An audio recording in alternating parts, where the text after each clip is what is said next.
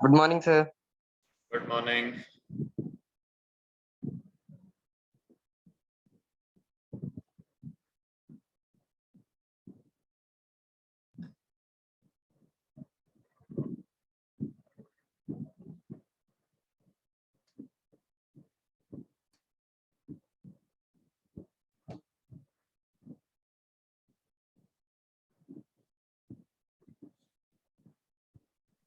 Good morning, sir. Good morning. Good morning, sir. Good morning.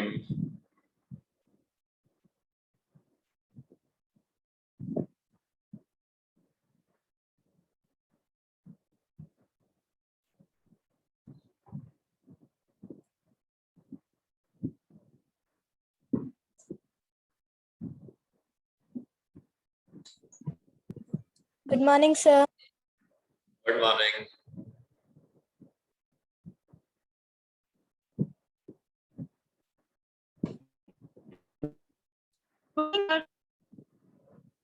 Good morning.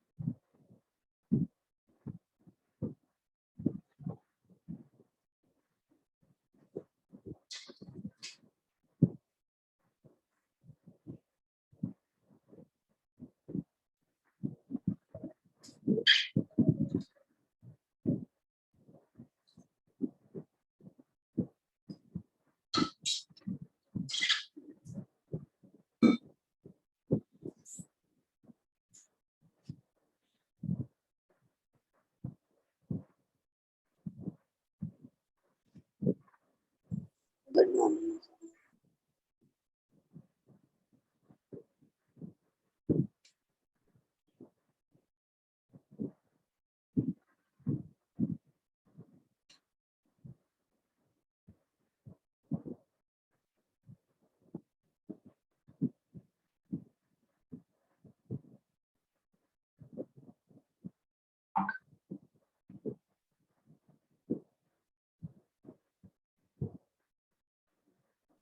Good morning, sir. Good morning.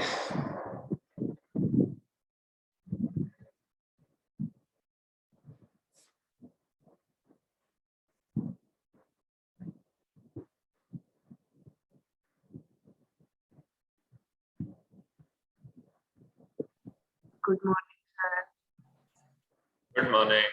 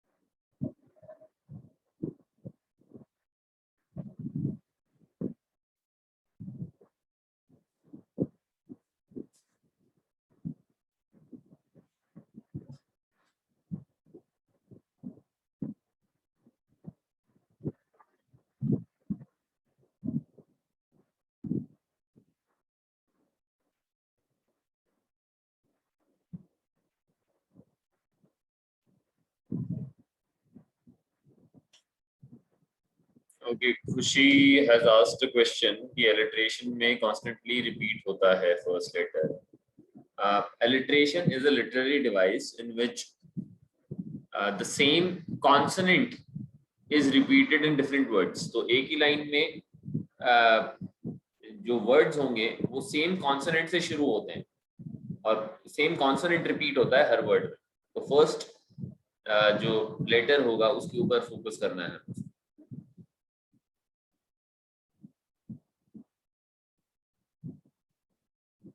Good morning, sir. Good morning.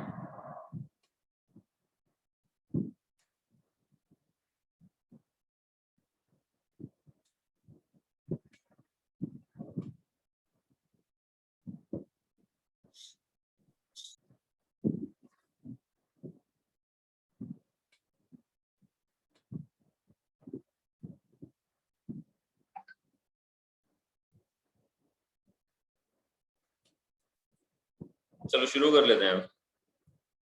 The first question is for today is alliteration is a literary device used in the extract. So alliteration में जैसे अभी मैंने बताया the same the words beginning with the same consonant are repeated. So एक example वैसे ले लेते हैं. The cool cat came to Calcutta. तो अगर इस तरीके से किसी पोएम में यूज किया है तो इसमें देखोगे तो अलग अलग वर्ड्स में you can see that these words are beginning with the letter C. तो cool and cat came to Calcutta. तो this is called alliteration. एक ही कॉन्सोनेंट से शुरू होने वाले वर्ड्स बार-बार में रिपीट होते हैं. So alliteration has been used in the poem and now we have to find out the option which does not include the examples of this literary device. तो does not पूछा है. तो कभी भी क्वेश्चन देखते हो तो you need to focus on these words कि not तो नहीं लिखा है कहीं, मतलब जो alliteration नहीं है वो हमें आइडेंटिफाई करना है.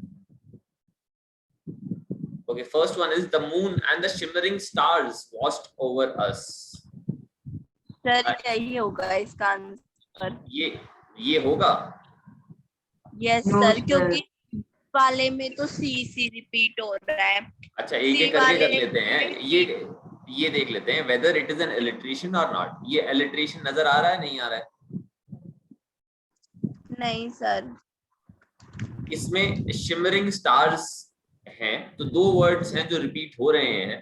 तो कई बार क्वेश्चंस में क्या होता है आपका सिर्फ दो डिफिकल्ट जब ऑप्शंस दे देते हैं तो ऐसे वाले को भी कई बार आंसर कह सकते हैं कि even this can be an alliteration. तो लेकिन इसके कम चांसेस हैं क्योंकि इसमें सिर्फ दो ही वर्ड्स हैं जो कि रिपीट हो रहे हैं, जो एस से शुरू हो रहे हैं रिपीट हो रहे हैं. तो बाकी ऑप्शंस और हम देखेंगे. तो सेकंड में है with that charming chat Catherine chose comfort. तो ये तो क्लियरली alliteration है.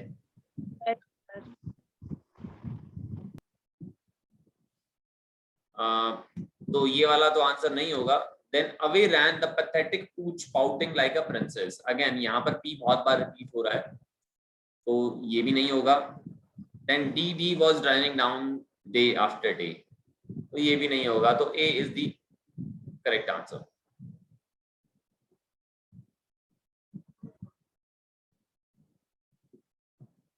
ठीक है, कोई डाउट तो नहीं होगा इसमें? No sir. No sir.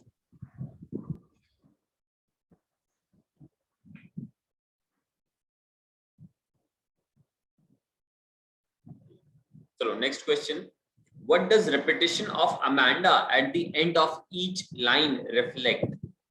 So in each line, which in stanzas 1, 3, 5 and 7, so the speaker is again and again saying Amanda. तो कुछ भी होता है, don't do this Amanda. तो बार बार में Amanda क्यों कह रहा है? So this has been asked. So what does this reflect? What does this mean? So it describes who the speaker is talking to. तो क्वेश्चन तो समझ में आ गया ना वैसे? I am straight away moving on to the option. Yes, sir. Okay, it describes who the speaker is talking to. It represents the absent-mindedness of the listener. It shows the frustration of the speaker. Or D, it helps create a rhyme scheme. So does repeatedly saying Amanda describe who the speaker is talking to?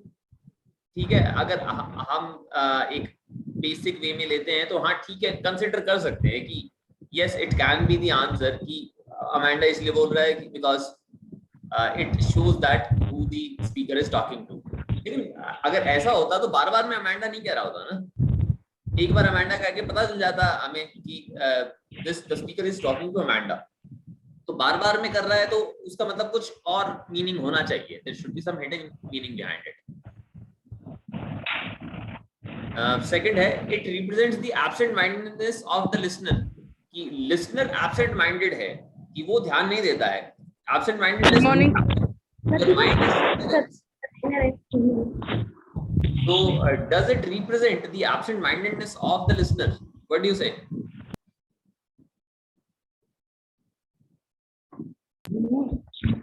आगे नहीं. Absent Sir, हो mindness. सकता है ये भी. Absent mindedness का मतलब होता है कि your mind is absent. Normally class में होता है ना कि you are sitting in the class, हाँ, but your mind is somewhere else. So you are physically present but your mind is absent from that place. मतलब mind कहीं और घूम रहा है और आप क्लास में बैठे हो. तो ऐसा सिचुएशंस में भी होता है. डांट पड़ रही है तो you are present there where the elder is holding you but your mind is absent. Mind कहीं और घूमने चला गया. So that such a situation is called absent-mindedness. So does it represent absent-mindedness of the listener? कि speaker इसलिए कह रहा है because the listener is absent-minded.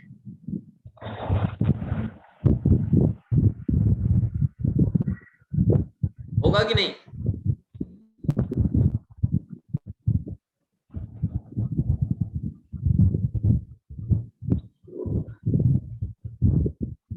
तो मैं ही बता देता हूँ फिर, अगर रिस्पॉन्ड नहीं कर रहे हो तो. ये वाला नहीं होगा, क्योंकि अगर एब्सेंट माइंडनेस डिपिक्ट करना होता तो बार बार में स्पीकर नहीं कह रहा होता. Speaker is going to say again and again to attract the attention, but it is not going to represent the absent mindness of the speaker. तो बी ऑप्शन नहीं होना चाहिए. C is it shows the frustration of the speaker, that the speaker is so frustrated, that is why he is saying Amanda repeatedly. तो हाँ, ये definitely हो सकता है कि when you are frustrated, when you are angry and frustrated, you repeat things again. तो कभी भी एक एग्जाम्पल के तौर पे लेते हैं, कभी भी अगर बहुत ज्यादा गुस्सा आ गया मम्मी को या किसी टीचर को, बहुत ज्यादा गुस्सा आ गया, तो आपको एक ही चीज बार बार में कह रहे होते हैं ना कि मैंने मना किया था ना ये नहीं करना. मना किया था कि नहीं किया था, बताओ मना किया था कि नहीं किया था. तो again and again they are repeating the same thing. तो ऐसा रेपिटेशन नॉर्मली फ्रस्ट्रेशन में होता है कि मैंने तुम्हें इतनी बार कहा but still you are doing the same thing again. तो ये फ्रस्ट्रेशन को रिफ्लेक्ट करता है अगर आप रिपीट कर रहे हो बार बार में अपने आप. तो अगर the speaker of these lines, if he or she is repeating himself or herself, so this shows that the speaker is frustrated. Sir ऐसे हाँ जी बोलिए.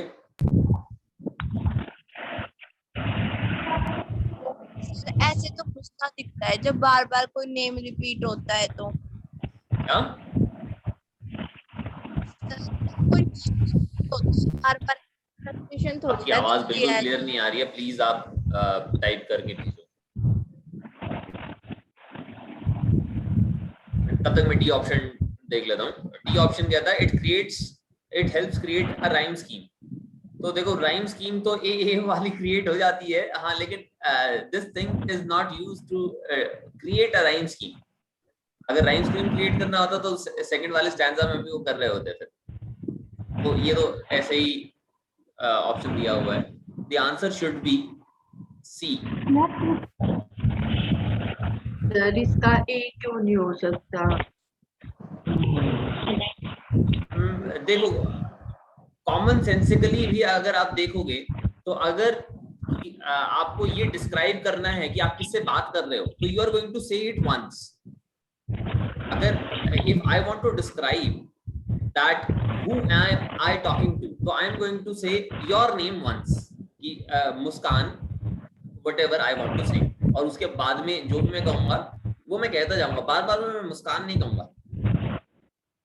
तो इसलिए फर्स्ट वाला नहीं होगा। अगर एक बार होता तो फर्स्ट वाला ऑप्शन हो सकता था, लेकिन ये बार बार में रिपीट किया जा रहा है आफ्टर एवरी सेंटेंस। सर फिर इससे जो है राइम स्कीम भी तो क्रिएट हो रही है अमेंडा के नाम की। पर्पस क्या है? देखो what is the purpose of using it? तो is the purpose of repeating the name to create rhyme scheme और is it to depict something else? अब पर्पस यहाँ पर राइम स्कीम क्रिएट करना नहीं है। पर्पस यहाँ पर जो स्पीकर है उसकी फ्रस्ट्रेशन या एंगर शो करना है। अब खुशी यूं कह रही है कि जब नेम रिपीट होता है तब एंगर दिखता है। तो देखो एंगर आपका फ्रस्ट्रेशन का आउटकम है।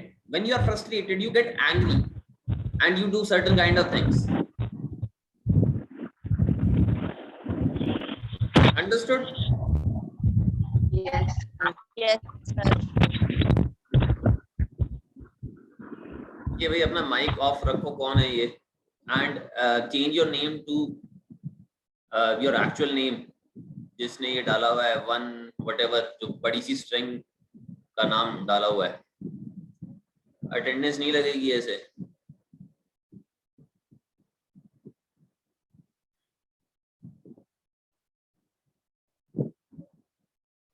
Okay, fifth one, select the option that fits with the following: slouching to straight। तो slouching के साथ में लिखा है वर्ड straight। तो slouch का मतलब होता है बेंड होना और straight का मतलब you are straight, you are not bent।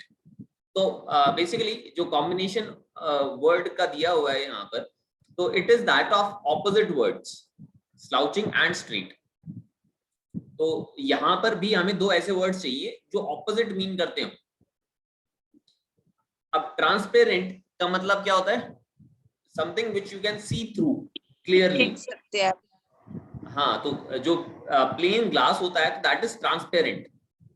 Translucent का मतलब क्या होता है? Is translucent opposite of transparent? Translucent का नो मतलब क्या होगा? सर, जिसमें से हल्का हल्का दिखे, क्लियर ना दिखे। तो देख नहीं सकते क्लियरली। हाँ, जो क्लियरली ना दिखाई दे, लेकिन उसमें से दिखाई भी देता है, क्लियर नहीं होता है। तो ये वाला ऑप्शन तो नहीं होना चाहिए फिर, क्योंकि ऑपोजिट नहीं है। ये फिर भी सिमिलर है, कुछ कुछ डिफरेंट है, लेकिन ऑपोजिट नहीं। ऑपोजिट इसका ओपेक होगा, OPAQUE, ये ओपेक होगा, through which we can not see absolutely. Then we have lazy and agile. अब लेजी क्या होता है? लेजी तो पता होगा ना, लेजीनेस तो सबको आती है। सुबह सुबह भी लेजी हो जाते हैं, we don't want to get out of the bed. अब एजाइल क्या होता है? Agile means when you are very proactive. बहुत जल्दी भाग भाग के अगर कुछ कर रहे होते हो ना, उसको कहते हैं बीइंग एजाइल। कि आप मतलब लेजी का ऑपोजिट ही हो गया basically, the opposite of lazy. इसके साथ में एक और वर्ड मैं बताता हूं, उसको कहते हैं एजिलिटी। अब एजिलिटी ये एडजेक्टिव हो गया. Agile, agility means that you are able to change your directions very quickly. फटाफट से आप अपने, for example if you are running, run करते हुए बहुत जल्दी जल्दी अगर डायरेक्शन चेंज करते हो, that means you have a better agility.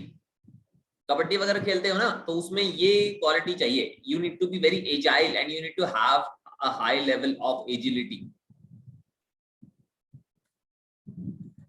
C is forgetful and lively. Forgetful का तो मतलब पता ही है, someone who forgets things very easily. और lively होता है someone who enjoys life. वो जिसमें चहल पहल ज्यादा होती रहे ना, मतलब कुछ कुछ बोलता रहे या कुछ कुछ करता रहे, चुपचाप से नहीं बैठा हो. तो forgetful and lively are not opposites, so C cannot be the answer. Then we have generous and liberal. अब generous कौन होता है? Generous is पता ना किसी को? सर जिसको कोई किसी को कुछ दे और एक्सेप्ट ना करे कि वो कुछ रिटर्न में देगा. हाँ, someone who gives to others without expecting anything else in return. So ऐसा generous होता है. और liberal भी पढ़ा होगा SS में. Liberals क्या होते हैं? Yes sir. Free. हाँ, Yes, sir. liberal is a person who believes in freedom of different things. तो freedom, political, social, economic, जो भी freedom है उसकी बात करते हैं. तो ये भी opposites नहीं है, ये तो काफी different words हो गए. तो हमारा B right answer है. ये कोई डाउट तो नहीं है? No sir. ये कविता और हर्ष अपना माइक बंद रखो please.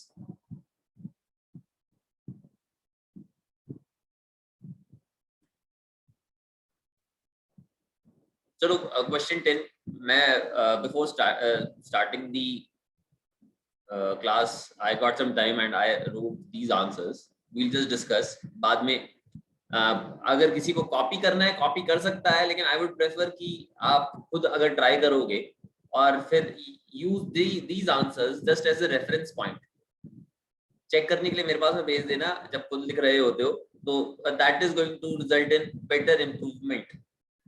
you will be improving more in that case if you are going to write the answers on your own. Okay, तो ये short answers हैं, 2 to 3 sentences में लिखने हैं, उससे ज्यादा में नहीं लिखना होता. Okay, would you call Amanda a disrespectful child? Provide one reason to justify your opinion.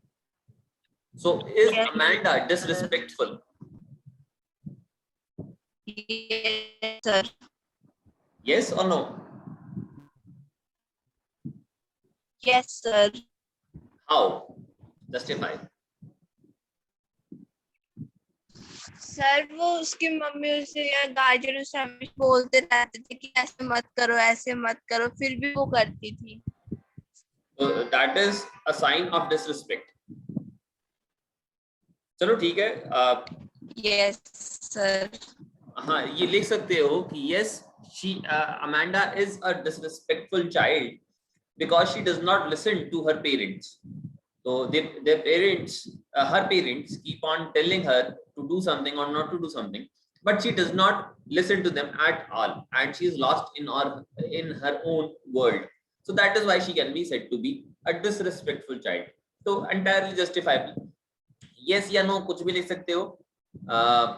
You should be able to justify it. तो मैंने no लिखा था यहाँ पर कि I don't think that Amanda is disrespectful, क्योंकि देखो मेरे हिसाब से Amanda is being constantly told to do something. अब when she is being told, according to me, a child should be justified कि जो भी कुछ उसको करना है तो उसके लिए explanation देनी चाहिए या कोशिश करनी चाहिए. अगर उसने नहीं किया तो क्यों नहीं किया? So first we should try to understand that if Amanda was not doing something, what is the reason behind that? It is possible that she may be facing some problems, so because of which she was not able to do it. So that thing is not considered by the speaker. So that is why probably Amanda is not disrespectful as such. समझ में आया नहीं आया? Sir जो मैंने yes का बोला था वो सही हो सकता है? बिल्कुल हो सकता है। देखो, अगर आप कोई भी आंसर लिख सकते हो, उसका जस्टिफिकेशन दे दो। अभी इसमें एक सीधा आंसर नहीं होगा कि नो ही होगा या यस ही होगा। आपके पर्सपेक्टिव से क्या है, किसी भी चीज को दोनों तरीके से देखा जा सकता है। सर हम दोनों के उसमें लिख सकते हैं। देखो 20 to 30 वर्ड्स में लिखना है, तो वर्ड लिमिट भी तो फॉलो करोगे ना। Okay sir. ठीक है, या तो यस लिखोगे या नो लिखोगे, यहाँ पर डिबेट नहीं होएगा। जिन क्वेश्चंस में डिबेट के लिए बोलते हैं उनमें लिखेंगे हम debate. Okay, now next one is what kind of an image does languid emerald sea evoke? अब evoke का मतलब what emerge के आसपास का मीनिंग है, एग्जैक्ट नहीं है evoke का। what kind of image does this languid emerald sea causes to emerge in your mind? कि मतलब उत्पन्न करना कहते हैं ना, तो उत्पन्न करने कैसी इमेज उत्पन्न करती है दिस लैंग्वेज एमरल्ड सी। तो ये जो फ्रेज आया है आपका, तो what kind of image does it create in your mind? तो लैंग्वेज का मतलब होता है रिलैक्स्ड या काम, और एमरल्ड इज अ स्टोन, ये तो हमने किया ही था, which is green in colour. तो इमेज कैसी आएगी? that there is going to be a sea which is green in color. अब ये वाली sea जो है that is quite languid, that means relaxed, तो उसमें ज्यादा हलचल नहीं होगी, बहुत ज्यादा waves वगैरह नहीं चल रही होंगी, ना सुनामी आ रहा होगा। it is very peaceful and calm. So this is the kind of image that languid emerald sea evokes. कोई डाउट इसमें? No sir.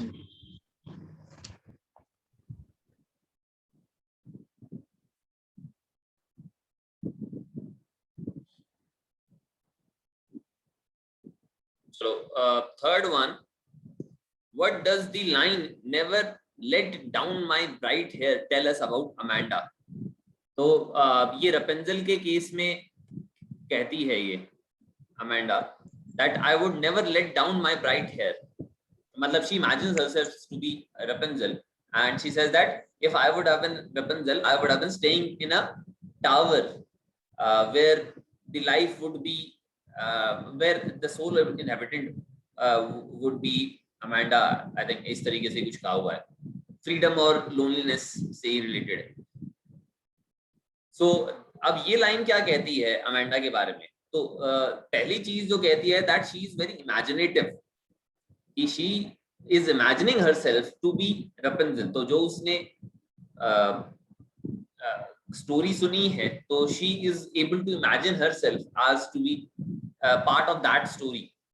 तो एक तो imaginative होगी Amanda, and at the same time she is very frustrated as well. She is lacking freedom, उसके ऊपर restrictions बहुत ज्यादा हैं. So she is also troubled by the constant nagging of her parents. तो बार बार में डांट रहे हैं, she is being restricted, she is being told to do something and not to do something. So because of that she wants freedom and peace, कि उसको freedom चाहिए from all these restrictions that she is being imposed, and she wants peace, कि और nagging ना हो, ना और restrictions हो। तो ये चीजें हमें पता चलती हैं इससे। सर इसका ये हो सकता है कि अमेंडा अपने हेयर इसलिए नहीं देना चाहती थी किसी को क्योंकि वो अकेली रहना चाहती थी। लेकिन अकेली क्यों रहना चाहती थी ना? उसको डांटा जाता था। हाँ, तो वो उससे परेशान थी कि जो भी डांटा जा रहा है उसको, या जो भी रिस्ट्रिक्शंस उसके ऊपर बार बार में लगाई जा रही है, वो उससे परेशान है। इसलिए वो कहती है कि I will not let my bright hair down, क्योंकि अगर नीचे रखूंगी तो कोई और आ जाएगा टावर के अंदर, तो मेरी पीस डिस्टर्ब हो जाएगा उसमें, जो कांस्टेंट नैगिंग है। तो that is going to be maybe that would begin again. and she would lose her freedom.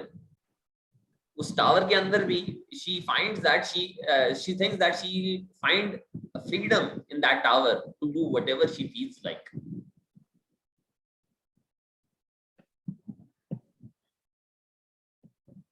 ठीक है?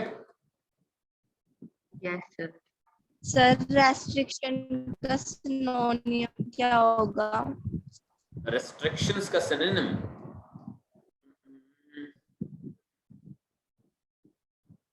prohibit, prohibition.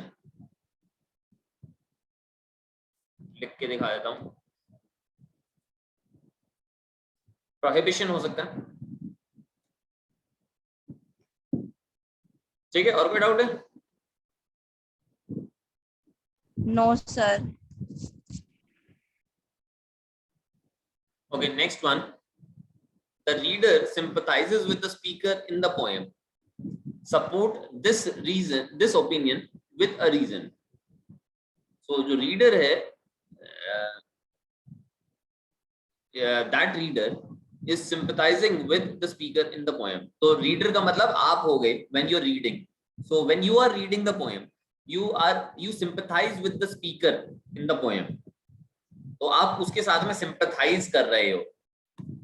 So you need to support this opinion with a reason. So if you are sympathizing with the speaker, so either with the parent जो डांट रहा है उसके साथ में sympathize कर रहे होगे, या you would be sympathizing with Amanda. So you need to support with a reason why would you sympathize with Amanda or the parent. Sir एक मिनट रुको, हमें सोचने दो. आप ले लो, 1 मिनट लो, सोचो आराम से. बाकी भी सोच लो भाई. अगर आप रीडर हो तो आप जो स्पीकर है पोएम में, तो 2 स्पीकर्स हैं हमारे, एक तो पेरेंट है और एक अमेंडा है. तो you would sympathise with them. Sympathise का मतलब क्या होता है कि उनकी जो सिचुएशन है उसको समझने की कोशिश करोगे कि हाँ उनके साथ में गलत हो रहा है इस तरीके से. तो you need to support this opinion. The reader sympathizes with the speaker in the poem. You need to support this opinion with a reason.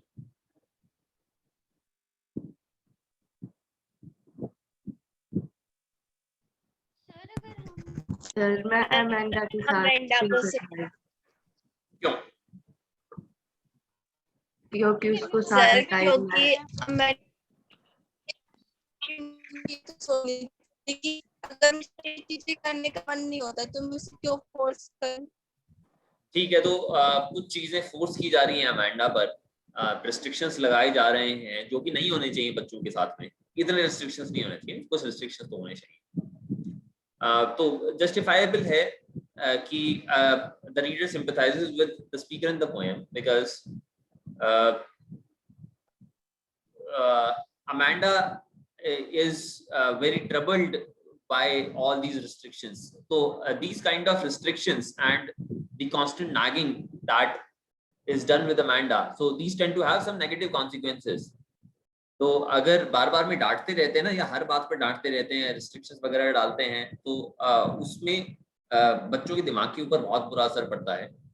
तो सबसे जो पहली कैजुअलिटी होती है वो क्रिएटिविटी होती है, स्पॉन्टेनिटी, या the child is not able to express himself और हिमसेल्फ. तो काफी सारे बच्चे होते हैं जो बात कर नहीं पाते हैं किसी के साथ में, क्योंकि बहुत बार बार में डांटा जाता रहता है उनको.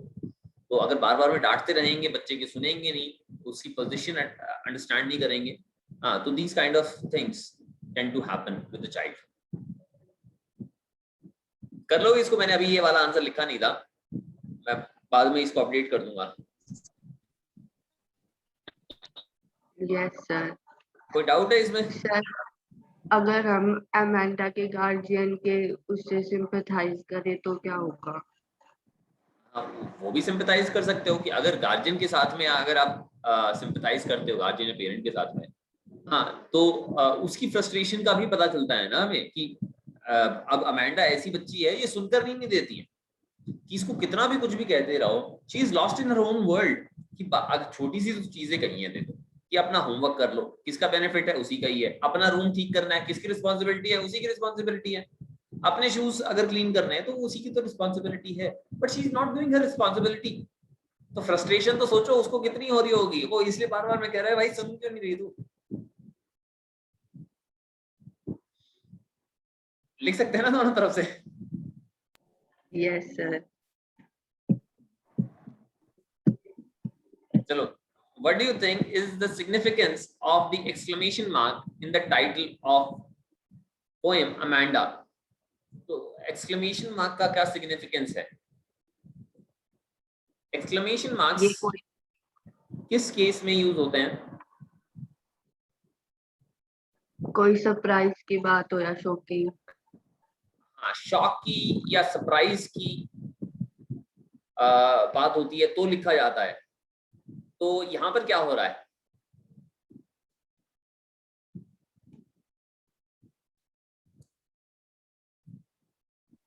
यहाँ पर शॉकिंग बात है कि अमेंडा को सारा टाइम डांटा जा रहा है।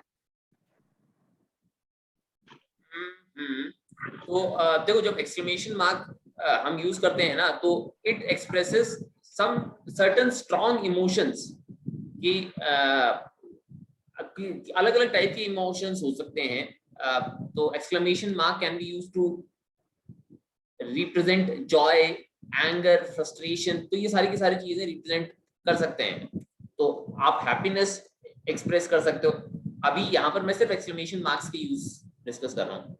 तो हैप्पीनेस एक्सप्रेस कर सकते हो, जॉय, एंगर, फ्रस्ट्रेशन। तो जिसमें कोई स्ट्रॉन्ग इमोशन निकल के आ रहा हो उसमें एक्सक्लेमेशन मार्क यूज करते हैं। सरप्राइज में भी होता है, ठीक है। तो अब यहाँ पर अमेंडा के सामने एक्सक्लेमेशन मार्क इसलिए है because it is representing the anger and frustration of the parent who is talking to her, talking to Amanda, because Amanda is lost in her own world and she is not listening to the speaker. है समझ में? Yes sir. Sir एक बारी again explain कर दो, मुझे समझ नहीं आया। देखो, एक्सक्लेमेशन मार्क हम तब यूज करते हैं when a strong emotion is being portrayed। अगर हमें शो करना है ना लिखकर कि थोड़ा सा स्ट्रॉन्ग इमोशन है, तब हम एक्सक्लेमेशन मार्क यूज करते हैं।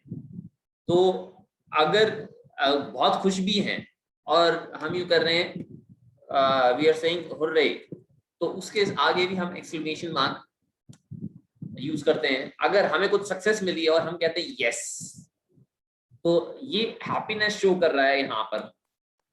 अगर मैं गुस्सा हूं और मैं नो कहता हूं, तो even that is even in this time I expressing a strong emotion. यहाँ पर एंगर है। और अगर मैं अमेंडा कह रहा हूं विद एन एक्सक्लेमेशन मार्क, तो even this is expressing a strong emotion. तो अब ये स्ट्रॉन्ग इमोशन एंगर का या फ्रस्ट्रेशन का आप कह सकते हो कि it is reflecting the anger and frustration of the speaker in the poem, of the parent or guardian। अभी आ गया? सर अगर हम इसमें सैडनेस का दिखाए तो क्या होगा? यहाँ पर सैडनेस का क्यों दिखाओगे? अगर सैडनेस अगर अच्छा एक्सक्लेमेशन में दिखाना हो क्या? देखो, अब क्या कह रहे हो उसके ऊपर डिपेंड करता है। अगर मैं नो भी कहता हूं ना, दिस शुडंट हैव हैपेंड, तो यहां पर ये सैड हो गया। अगर मैं कहता हूं no you will not touch it, मान लो मेरे कुछ सामान आप क्या मेरे कुछ सामान की हाथ लगा रहे हो, I am saying no you will not touch it, तो यहां पर एंगर दिख रहा है। तो इट डिपेंड्स आप क्या कहना चाह रहे हो, उसके हिसाब से वो मूड एक्सप्रेस होगा, वो इमोशन एक्सप्रेस होगा। सर अगर हम इसे अमेंडा के केस में ले सैडनेस का, तो अगर देखो पोएम में ऐसा सेंटेंस नहीं दिया है, अब अमेंडा के सामने एक्सक्लेमेशन मार्क अमेंडा खुद नहीं कहेगी, कोई और कहेगा। अगर मैं कहता हूं मुस्कान, हाँ तो आई एम, अब आप खुद मुस्कान नहीं कहोगे एक्सक्लेमेशन मार्क के साथ, ठीक है? तो that mean you are not going to say your own name with such strong emotion, someone else is going to.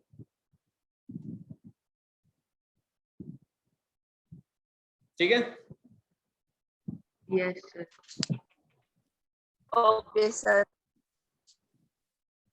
चलो आज के लिए यूं करते हैं, 5 क्वेश्चंस हो गए हैं, ये 5 क्वेश्चंस पहले कर लो और ऊपर के ये एमसीक्यूज कर लो, ठीक है? Okay sir. ओके। हाँ ये 40 to 50 वाले हम कल करते हैं, फिर कल ये कंप्लीट हो ही जाएगा, ठीक है? किसी को डाउट हो तो अभी बता दो। No sir. No sir. No sir. No sir. चलो फिर डिस्कनेक्ट कर रहा हूँ मैं क्लास को। अगर कोई डाउट हो, बाद में आ जाता है, याद आ जाता है, या किसी को ज्यादा शर्म आती हो while asking in the class, so you can directly contact me. Okay?